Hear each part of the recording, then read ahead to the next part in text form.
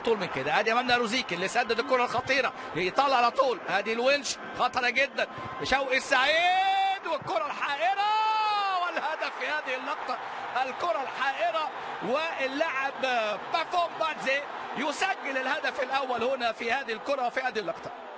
بافون بادزي يعطي الامل هنا في هذه اللحظه ويسجل هدف التقدم لكابس يونايتد بعد هذه الهفوه الدفاعيه.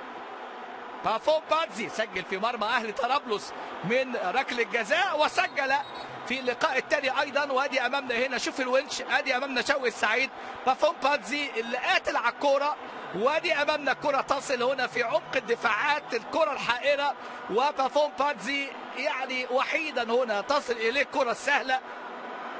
مشكله عدم التركيز في التغطيه الدفاعيه. موقف دفاعي سهل مش صعب، كرة اتشالت وراحت ورجعت، وبافون بادزي هو اللي يصطادها ويسجل هدف التقدم في مرمى نادي الزمالك على شمال احمد الشناوي في هذه الكرة وفي هذه اللقطة.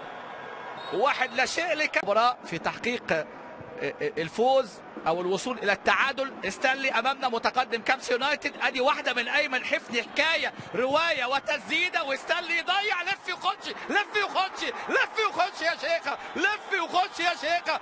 الهدف ياتي ايمن حفني. يا حفني يا حفني تعملها كده يا حفني، تزعل منك الناس يا حفني، ده انت حرام تقعد يا حفني، حرام حرام حرام. ايمن حفني يا جماعه هي لمسه واحده، لا لاعب يلعب 90 دقيقه 180 دقيقه، ايمن حفني واحده بس، واحده حكايه لستانلي. وستانلي المره دي يسجل، ترتطم في بروسبر ويحاول عليها المدافع، ولكن كره ستانلي كره التعادل للزمالك، وحاول عليها جاستس ينجانو، ولكن الكره الى الشباك.